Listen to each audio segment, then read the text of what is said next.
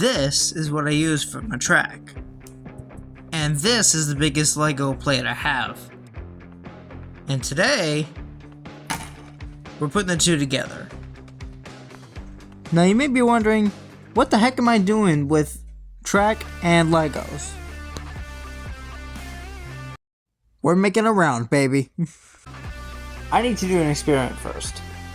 I need to see if a track hooked up to a power track would work. If you don't know what I mean, here's what I mean. But first I need to do something. I'm sorry for all those who just witnessed that. So here's what I mean. This track should be powered from this track. And although there's already power over here, hopefully this should power that. Well, here we go.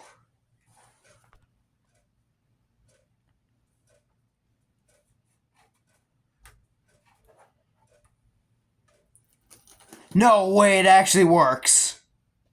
I kid you not, this is no joke. Power? Powered. This works.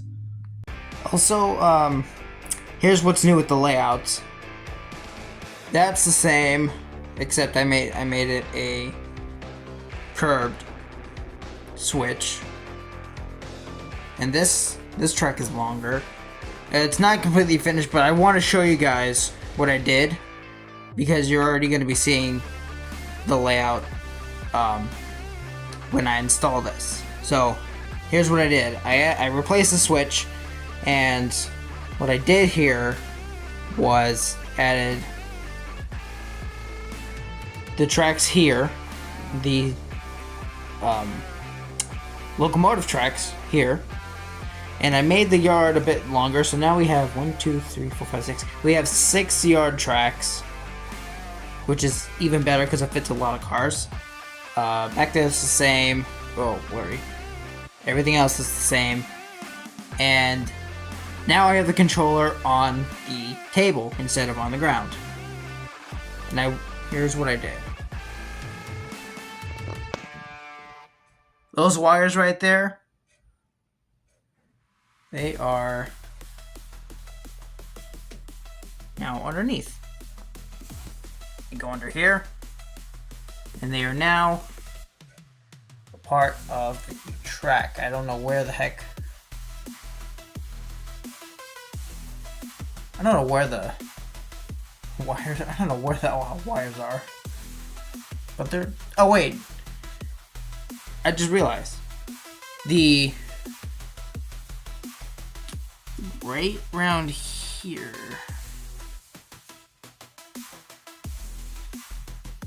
Or over here, one of the two. I think it's like, it's right here.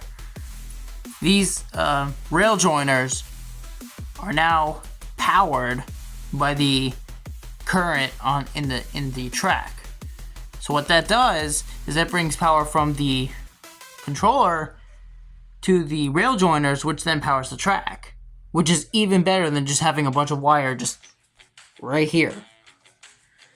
So, and if you saw in one of the last videos that I've done, the cord for the controller is now under the track. Go check that video out if you haven't already.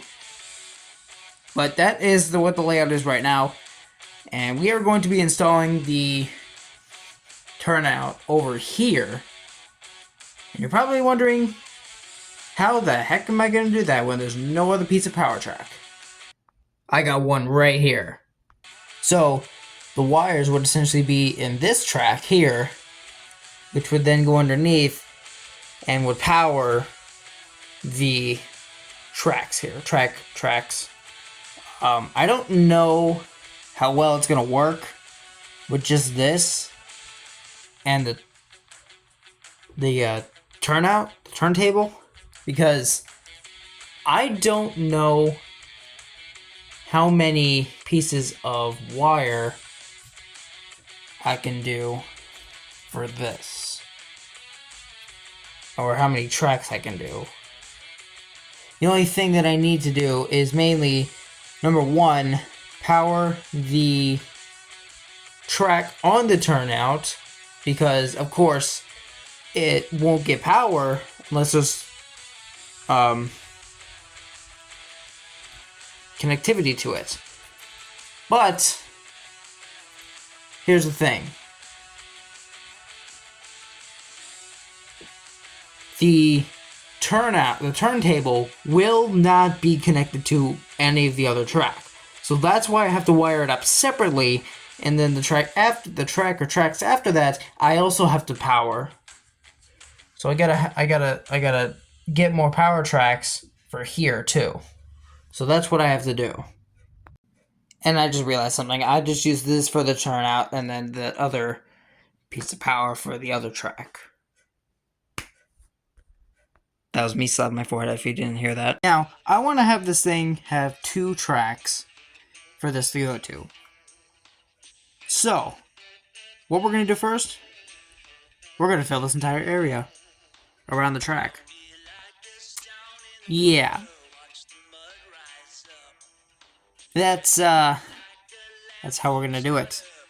But, there's one thing. There is one slight little problem. No, it's nothing about this. This is what I'm talking about.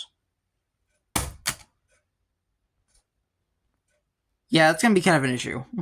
Because on my layout, I need to be able to drill a hole somewhere in this area so that the wire can go through. And that being said, there needs to be a space on the platform where I can put the wire through. So that's an issue. Though I do have a Lego part for the wire. Fits just fine. And luckily, I have 2 of them. First, we need a bed for this thing. So I had to make a quick comparison of different circles for this track that's going to go technically on the circle, but how it's going to work is that there's going to be a circle directly underneath the center of the track, and it is going to spin along the curved edges. So, of course, this one wins.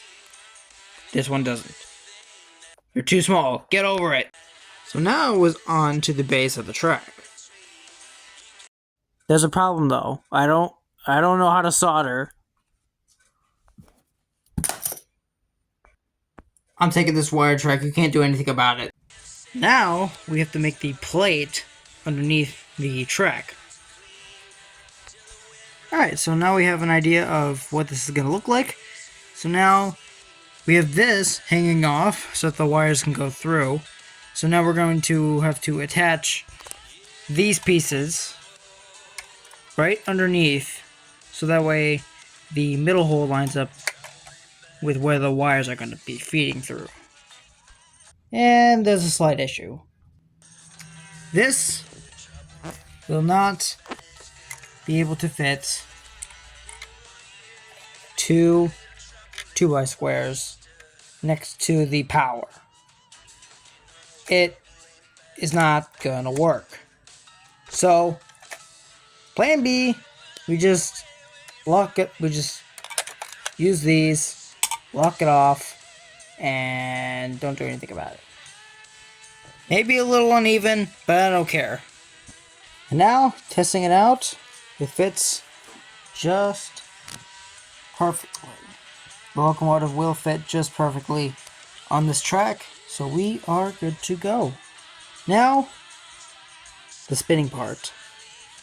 Now what I've gone and done is I've raised the circle up about 2 studs up, and now we're going to go ahead and put some flat pieces in the middle here, so that way the thing will circle it nicely.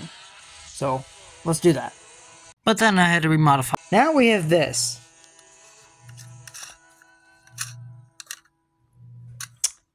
So now what'll happen is this will just glide around them. And I put these here just for kind of a protection. So there you go. So now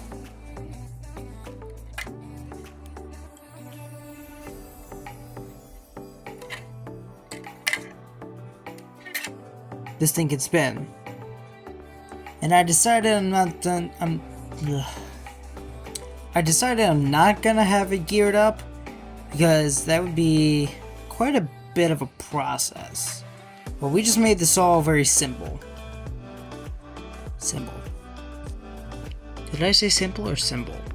So now all we gotta do is put these on the... You're not supposed to be here yet.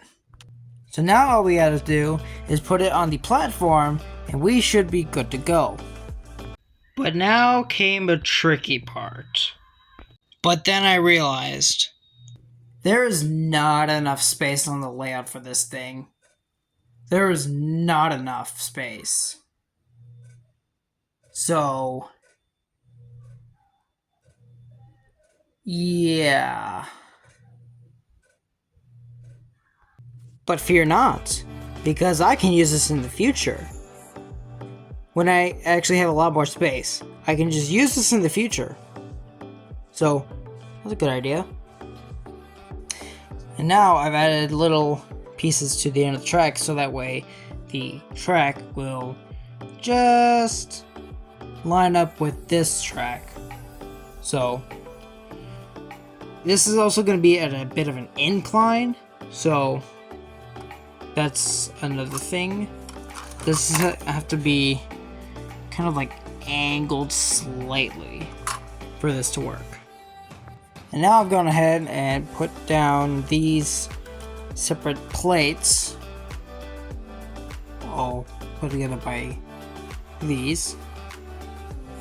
And so now these, whatever these are, 2x somethings, these are going to hold up the track at the angle it needs to be, so that they line up with the track just right. So we're gonna do that, and that'll be it. And with that, ladies and gentlemen, the fully functional turntable is complete. Not fully complete though, but still, it's pretty much done. The track will be staying in place over here when it's hooked up to more track, but that pretty much is how it's gonna look. So that is it. Hope you guys enjoyed, and I will see you guys in the next video. Actually, I'll see you guys in tonight's preview. Or not preview, premiere. I'll see you guys in today's premiere.